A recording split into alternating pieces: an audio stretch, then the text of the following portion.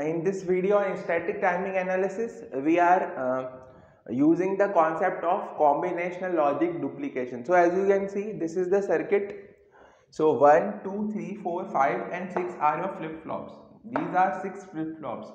A, B and C are the combinational logics, and these are two mux, mux 1 and mux 2. So as you can see, the critical path is from flip-flop 1 to flip-flop 6 via the combinational logic A, then mux 1, mux 2, combinational logic B, and finally the flip-flop 6.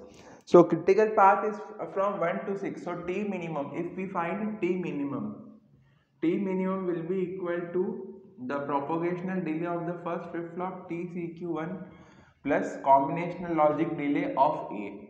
So TCL of A plus TCL of plus the delay due to mux.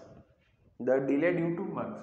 So T mux 1 plus T mux 2 plus delay due to combination logic B plus setup time of sixth flip flop number 6.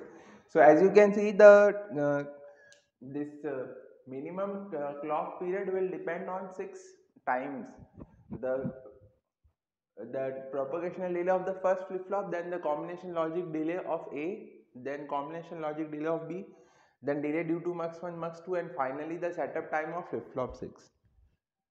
Okay, so but with the help of combinational logic duplication, we can reduce the critical path delay. We can reduce the path uh, delay due to the critical path.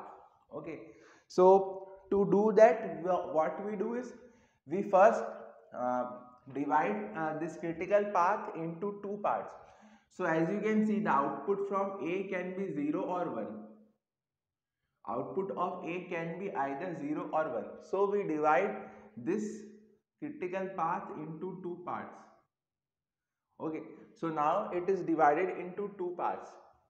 So we will give the output of A as a selector to the mux.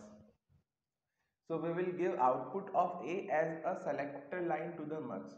So let me redraw this. I will draw this combination logic C here, and this output of A will be going as a selector select line to the mux. Okay, so we can draw this as a select line to the mux. Okay, and now to this combinational logic, now this is a combinational logic, so we can duplicate it easily. So to duplicate it, let me draw it two times. So let me draw it two times. So I will draw this combination logic two times. Okay.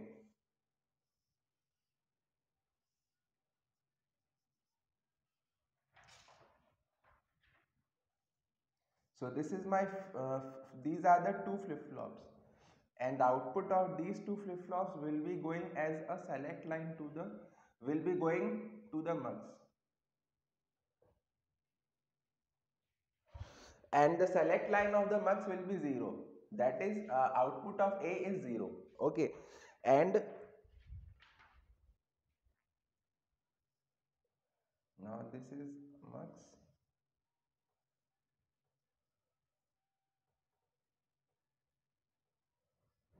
Okay, so this is the first part.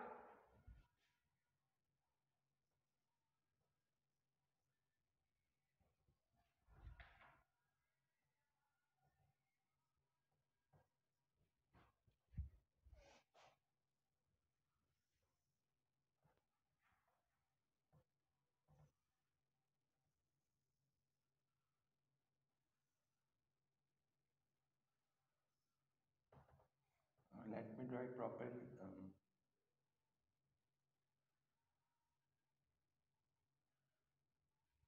Okay, so the output of A is going as a select line to the mux. So this is the select line to the mux.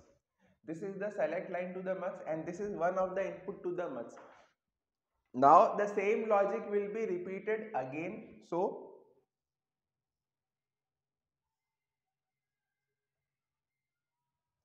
okay, so the same logic is repeated again. Why we are repeating the same logic? Because the output of A is 0.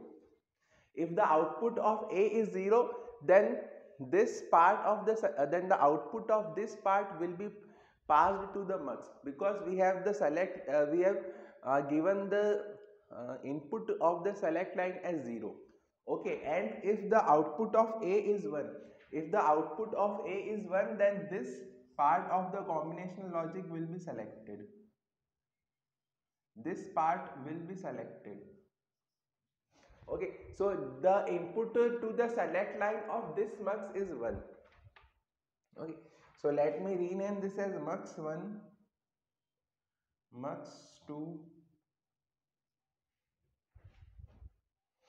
then this will be mux 3.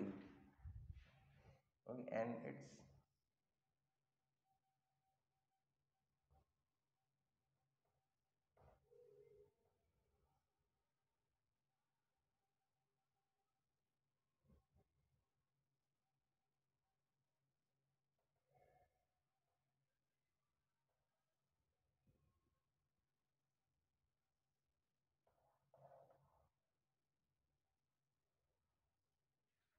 okay.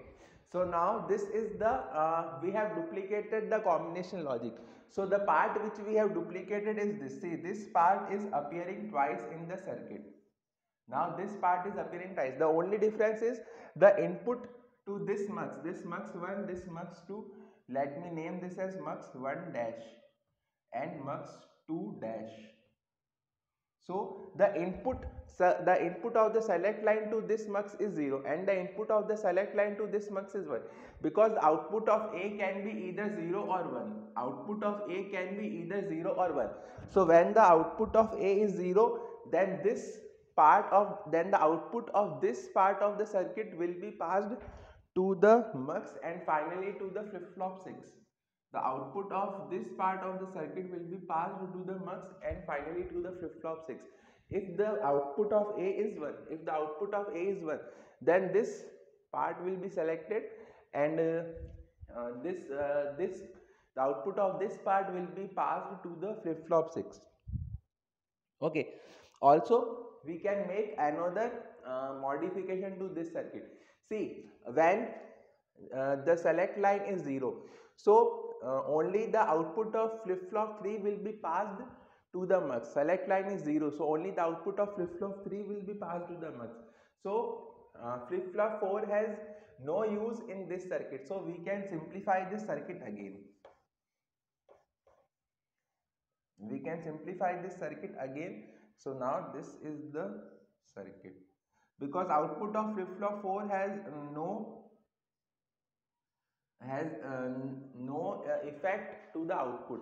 Again, if you see here, the select line is always 1. The select line is always 1. So this 3 is redundant here. This flip flop is redundant here, because only the output of flip flop 4 will be passed. Only the output of flip flop 4 will be passed to this much. So again we can reduce the or minimize the circuit like this.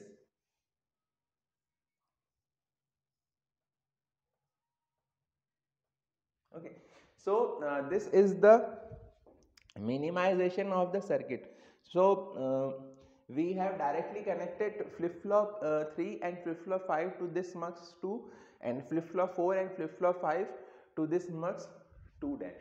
Okay, so in this way we have optimized the circuit and we have reduced the critical path delay, and we have and by reducing the path delay, because path delay is inversely proportional to maximum frequency, T minimum is equal to 1 upon F max.